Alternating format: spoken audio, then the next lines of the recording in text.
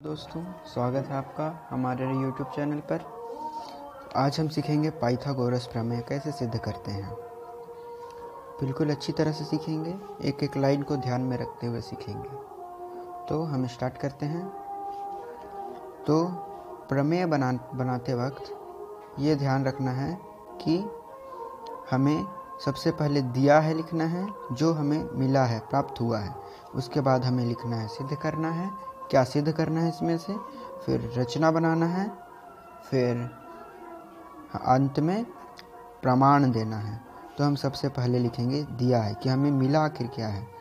तो लिखेंगे दिया है, क्या दिया है हमें, ए बी सी एक समकोण त्रिभुज है। तो लिखेंगे ए बी सी एक समकोण त्रिभुज है,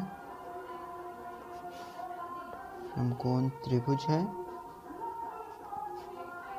जिसमें एंगल बी बराबर कितने डिग्री का है, एंगल बी 90 डिग्री का है।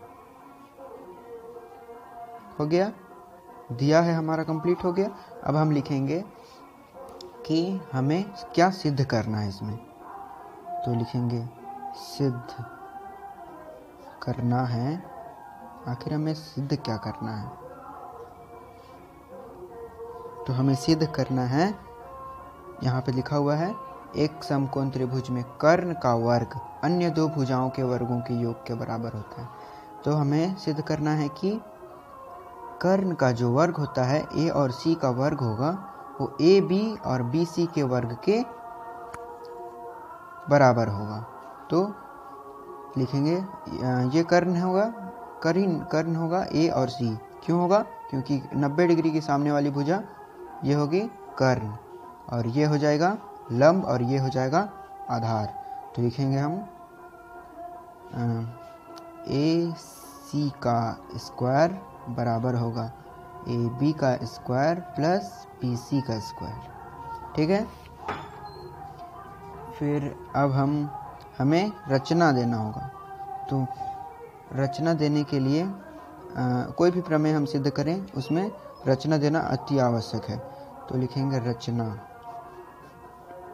रचना हमें क्या देना है,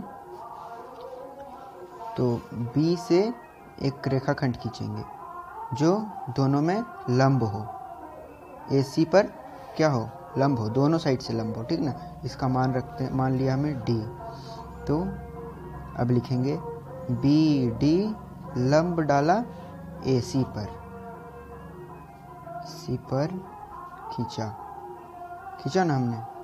तो लिखेंगे, फिर अब हमें सिद्ध करना है। सिद्ध या प्रमाण लिखते हैं, प्रमाण भी लिख सकते हैं, सिद्ध भी लिख सकते हैं। मैं प्रमाण लिख रहा हूँ। तो अब हमें सिद्ध कैसे करना है इसे। सबसे पहले बड़ी वाली त्रिभुज ए बी सी और छोटी वाली त्रिभुज ए बी डी, इन दोनों को क्या करना है, हमें समरूप सिद्ध करना है। तो त्रिभुज ए बी सी व त्रिभुज ए बी डी में। ठीक है। तो इसे समरूप कैसे सिद्ध करते हैं, तो यहाँ जैसे पर तैसे शुरू में लिख दीजिए, फिर इसे सजाकर अगले वाले में जो जब समरूप सिद्ध हो जाएगा उसके बाद लिखेंगे हम। तो हम लिखेंगे एंगल ए छोटी वाली त्रिभुज में भी है और बड़ी वाली त्रिभुज में। तो ये क्या है, क्या बोल सकते हैं इसे, ये एक कॉमन है, उभयनिष्ठ है। तो एंगल ए बराबर एंगल ए, तो ये क्या है, उभयनिष्ठ। तो उसे लिखेंगे उभयनिष्ठ, यानी कि कॉमन है। ठीक है। अब हम लिखेंगे, अब जो बड़े वाले त्रिभुज में 90 डिग्री का कौन सा एंगल बना रहा है। तो angle B, angle A B D, A B C लिख सकते हैं, बी क्योंकि 90 डिग्री बी बना रहा है। ठीक ना। बराबर छोटे वाले त्रिभुज में कौन 90 डिग्री का कौन बना रहा है, डी बना रहा है। तो लिख सकते हैं A D B, angle A D B. ठीक है। क्योंकि लिख सकते हैं, कारण लिखना है इस साइड में, कारण लिखना बहुत ज़रूरी होता है, इसलिए हम लिखेंगे प्रत्येक 90 डिग्री का एंगल बना रहा है ना, इसलिए ठीक है। अब एंगल समरूपता कसौटी से ये दोनों त्रिभुज समरूप सिद्ध हो गई। तो अब हम लिख सकते हैं एंगल समरूपता कसौटी से, समरूपता कसौटी से क्या हुआ जान सकते हैं आप। त्रिभुज ABC और त्रिभुज ABD क्या हुआ, समरूप हो गए। तो लिखेंगे त्रिभुज ABC समरूप त्रिभुज ABD नहीं लिखेंगे, जो बीच में 90 डिग्री का होता है उसे लिखते हैं। तो ये बड़े वाले त्रिभुज में तो B हो गया और छोटे वाले त्रिभुज में D हो जाएगा। तो ADB यहाँ जो लिखे हैं ना वही लिख दीजिएगा। हो गया, ये समरूप सिद्ध हो गया। अब लेंगे हम लोग समरूप त्रिभुजों की संगत भुजाएं, क्योंकि समरूप त्रिभुजों की संगत भुजाएं बराबर होती हैं, पता ही होगा। तो लिखेंगे हम AB बटा AD, AB बटा AD बराबर होगा BC बटा DB, BC बटा DB बराबर होगा AC बटा AB, AC बटा AB। हो गया। अब हम ऐसा लेंगे, ऐसे वाले को दो लेंगे, दो ही लेंगे हम, ठीक ना।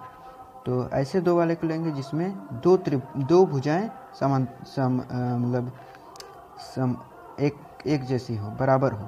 तो AB और AB मिल गया, तो इन दोनों को लेंगे हम, ठीक ना। तो AB बटा AD बराबर होगा AC बटा AB के, ठीक है। अब हम इसे तिरछा गुना करेंगे, तिरछा गुना करने तो आता ही होगा। AB का AB से करेंगे तो AB का स्क्वायर बराबर AD को AD का AD गुना AC का AC। इसे मान लेंगे समीकरण नंबर 1, ठीक है। अब हम अगले चैप्टर में अगले में जाते हैं, ठीक है।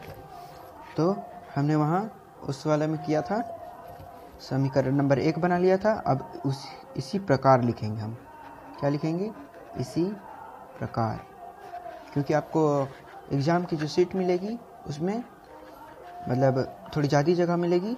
ये मेरा कॉपी है सिंपल सा, इसलिए इसमें थोड़ा कम जगह, इसलिए मैं पलट दे रहा हूँ पेज, ठीक है। तो अब इसी प्रकार पहले हम लोग मतलब इसमें क्या था, पहले अब ABC उसको तो रहेगा ही, और DBC इन दोनों त्रिभुज को क्या करेंगे, समरूप सिद्ध करेंगे।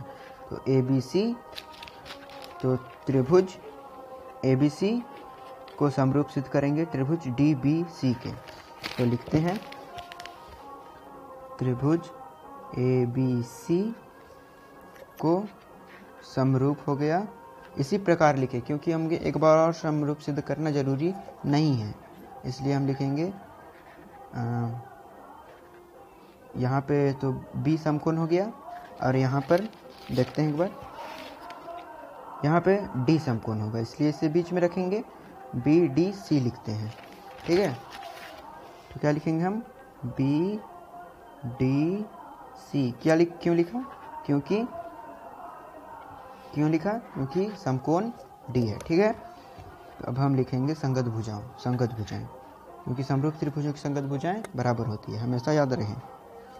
तो AB बटा BD बराबर होगा BC बटा DC बराबर होगा AC बटा BC।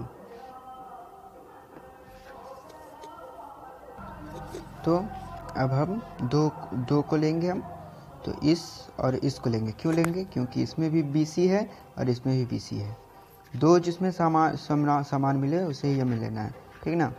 तो इन दोनों में है BC, तो BC बटा DC बराबर AC बटा BC, ठीक है। तो अब हमें क्या करना है, इसका तिरछा गुना करना है। तो तिरछा गुना करने पर BC का स्क्वायर हो जाएगा, और इधर से करेंगे तो बराबर DC गुना AC। ठीक है, अब हमें मान लेते हैं इसे समीकरण नंबर 2। तो अब हम लिखेंगे यहाँ पे समीकरण नंबर 1 और समीकरण 2 को क्या करना है, जोड़ना है, जोड़ने पर। ठीक है ना। तब समीकरण नंबर 1 क्या था? समीकरण नंबर 1 हमारा कहता है AB का स्क्वायर बराबर है AD गुना AC। तो लिखेंगे, और याद होगा आपको तो कि लेफ्ट हैंड साइड को एक साइड लिखेंगे और राइट हैंड साइड को एक साइड लिखेंगे, याद ही होगा। तो लेफ्ट हैंड साइड को एक तरफ और राइट हैंड साइड को एक तरफ हम लिखेंगे। तो लिखते हैं AB का स्क्वायर प्लस BC का स्क्वायर बराबर क्या था, AD गुना AC, AD गुना AC प्लस DC गुना AC। ठीक है, तो अब हम करते हैं इसे हल। तो AC और AC कॉमन आ रहा है, इसलिए लिखेंगे AC, अंदर ब्रैकेट के अंदर में रहेगा AD प्लस DC। ठीक है, तो अब यहाँ पे AD और AC को DC को जोड़ देंगे। तो अब हम अपना त्रिभुज में देखते हैं, AD और DC को जोड़ देने से क्या बनेगा, AC बनेगा ना, पता है ना, बन जाएगा। तो हम लिख देते हैं AC गुना AC, क्योंकि दोनों का जोड़ AC हो रहा है ना, बराबर AC का स्क्वायर। तो अब हम लिख सकते हैं AB का स्क्वायर प्लस BC का स्क्वायर बराबर होगा AC का स्क्वायर। तो ये हमारा क्या हुआ, सिद्ध। इस मतलब आप जो देखिएगा आंसर में, वो इस साइड से AC रहेगा, फिर इस साइड में रहेगा AB square plus BC square.